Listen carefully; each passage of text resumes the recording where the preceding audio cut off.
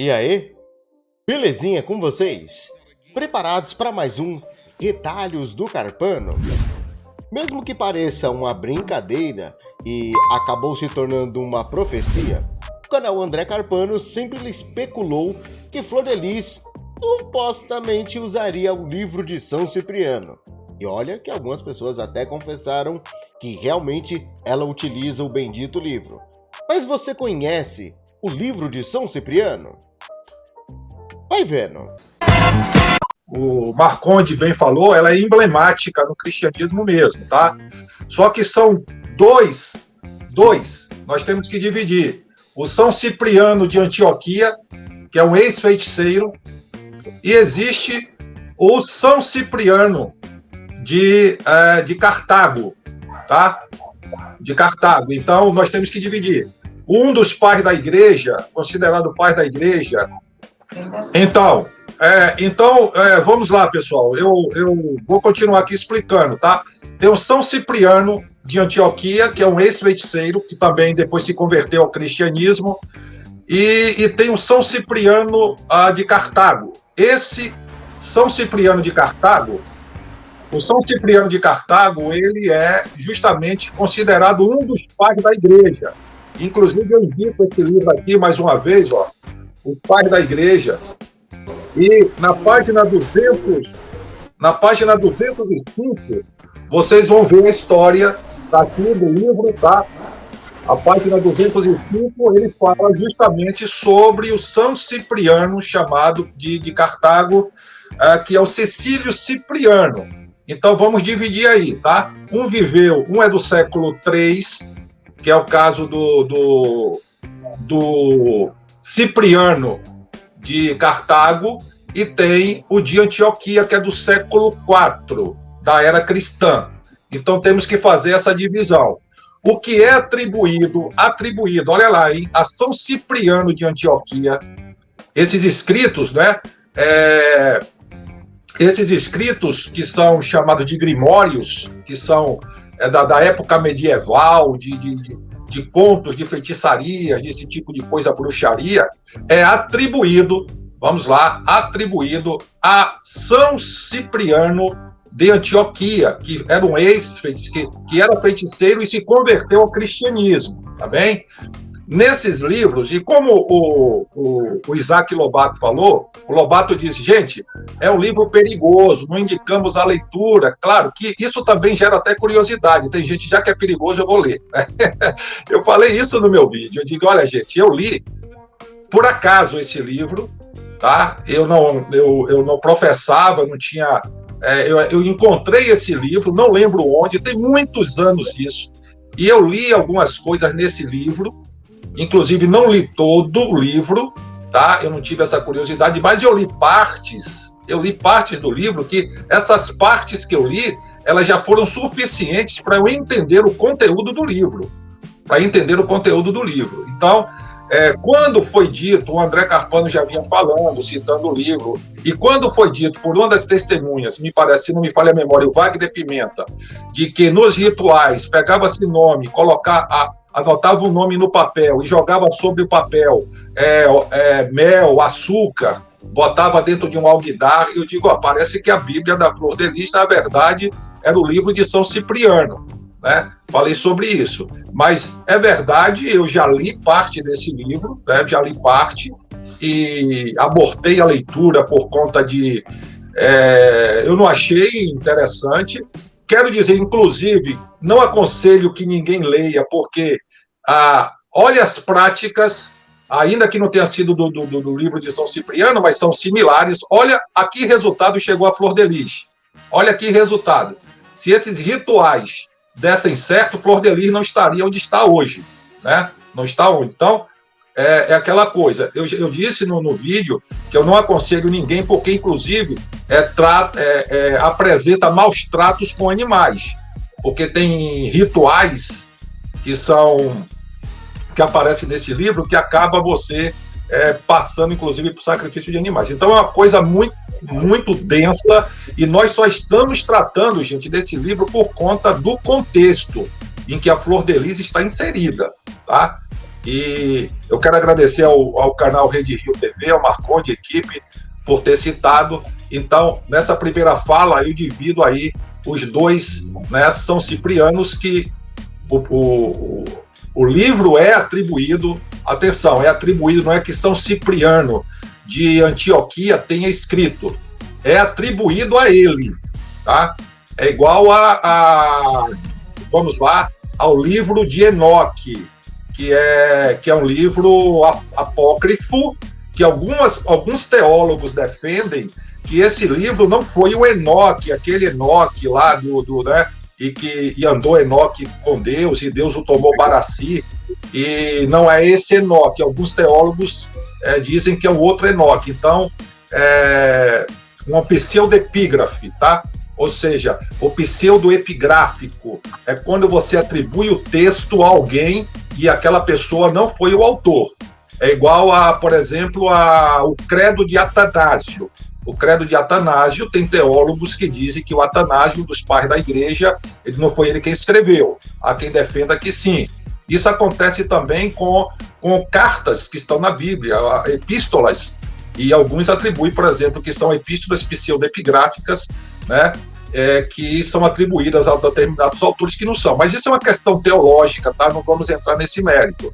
É apenas para dividir as duas personagens, que um é o São Cipriano de Antioquia, que é a quem é atribuído o livro de São Cipriano, inclusive alguns aparecem São Cipriano o Bruxo, ou seja, seria uma fase da vida dele que antecedeu a conversão dele ao cristianismo, e existe o São Cipriano de Cartago, que é considerado um dos pais da igreja. Lembrando que quem estuda a patrística, né, que é uma disciplina dentro da teologia sistemática, ele vai aprender sobre os pais da igreja gregos e os latinos, tá? E aí você vai dividir, são aqueles que depois desenvolveram muitos dos dogmas, das interpretações que nós temos hoje da Bíblia, vem desses pais da igreja, que foram bispos, que foram da igreja católica, que foram, enfim, e a história conta isso, tá? Quem quiser estudar aí sobre os pais da igreja vai ver isso. Jerônimo, vai ver, como eu já disse aqui, Cipriano, vai ver Sinésio de Alexandria, vai lidar aí com vários homens que defenderam, digamos assim, a sã doutrina. É como se ele tivesse sido a continuidade ou a continuação dos apóstolos, né? Eles defendiam o que era considerado a sã doutrina, o verdadeiro ensino dos apóstolos. Então, para dar início aí à questão do livro, né? Eu precisava fazer essa introdução para que ficasse entendido, tá bem? André? Muito bem, muito bem. Eu peço perdão a todos. Só fazendo um adendo aqui rapidinho, Mudei até de navegador. Pode falar. Podem falar os dois, né? A gente tá lendo os comentários aqui e eu percebi que tem gente que diz que depois dessa introdução sentiu vontade, a curiosidade de ler. O que eu vou falar aqui é um fato verídico, tá? Não é baseado em conto e nem nada, é algo verídico. Eu, quando fazia teologia com um conhecido, a sobrinha dele despertou curiosidade de ler esse livro, o São Cipriano. Vale lembrar que não é um livro tão fácil assim de achar, não é um livro tão fácil assim de comprar, e quando você cita ele para algumas pessoas, as pessoas já têm até repulsa, né? Mesmo a pessoa não dominando e não conhecendo, as pessoas já têm uma repulsa em relação ao livro, porque é um livro de rituais, né? Vale lembrar que é um livro de rituais, é um livro de conjuras, né? E muita gente tem repulsa só de pensar no tema São Cipriano. E a menina foi e acabou lendo. Pegou o livro, conseguiu com alguém esse livro, ela entrou num site de aprenda a ser mago, aprenda a fazer encantamento. E na internet tem muito disso, né? Fica até um conselho também para os pais aqui que têm filhos, adolescentes, crianças aí que ficam navegando horas e horas, né? Pode correr um grave perigo, o filho pode estar correndo um grave perigo, porque a internet hoje ela é muito convidativa. E querendo ou não, essa juventude, ela é muito curiosa, né? Ela quer saber de tudo, ela quer estar por dentro de tudo. Inclusive, a gente teve até aí um caso que virou notícia de um jovem de 14 a 15 anos que entrou num site justamente desses de bruxaria, aprenda a bruxaria, e acabou fazendo um pacto, e o pedido final é que ele acabasse ceifando a própria vida, né? E aí os pais e as mães, o pai e a mãe que segundo o site eram evangélicos, veio descobrir depois que o filho estava navegando em uma área da internet que era proibido, e acabou delineando no que deu, né? Então, um conselho para os inscritos do canal do André, que estão com a gente aqui, amigos, pessoas que simpatizam com o canal, o recado que fica é, gente, até agora vocês não perderam nada lendo o livro de São Cipriano, então continue não lendo, porque é um livro perturbador. Tem pessoas que têm estrutura emocional e até espiritual para ler, outras não têm, né? Tem pessoas que leem e para elas apenas um livro. Tem pessoas que leem e acabam ficando perturbadas com o conteúdo que lá tem. Isaac, deixa eu só fazer complementar o que você disse. Hoje você encontra na internet, em várias livrarias, livros escritos como o livro de São Cipriano da Capa Preta. Esses livros são meras cópias de cópias.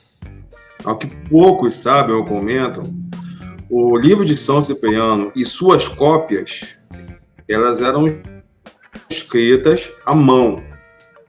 E a tinta utilizada para a escrita era feita com sangue humano.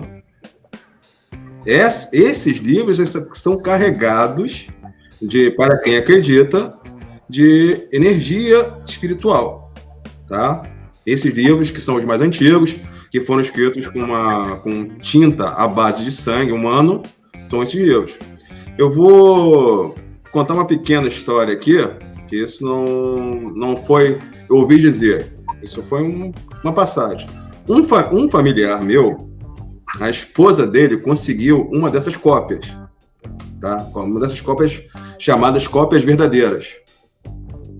E ele, depois de ler um pedaço do livro, ele jogou fora o livro, e jogou álcool no livro para colocar fogo.